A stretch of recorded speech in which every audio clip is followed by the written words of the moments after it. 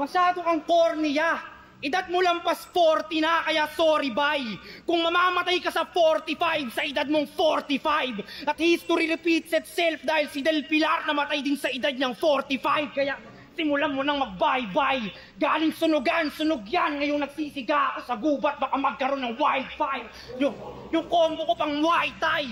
Di basta punchline lang to. Bugbugin malaong back tong nagbubuhat ng bangko. Kung makatakbo, saluhin mo bangko. May dalang baril sa gubat itong mga ngaso. Maubos man bala ang aking panata ay panatatama sa'yo. Grabe, pinapamukha niyang walang takas dito si Plaridel. Bangko.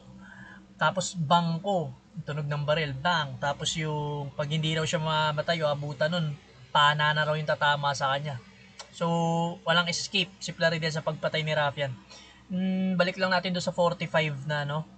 So, edad ni Plaridel magpo-45 na yata siya. Mamamatay siya sa 45 yung baril. Tapos, si Del Pilar ba namatay din ng 45? Hindi ko lang sure.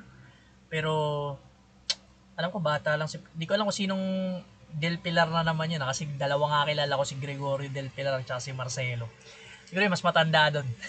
Yun yata yung 45. Nag-research naman siguro to si Rafian bago niya ibitaw yung ganong... o bago niya isulat yun, no? Ganda.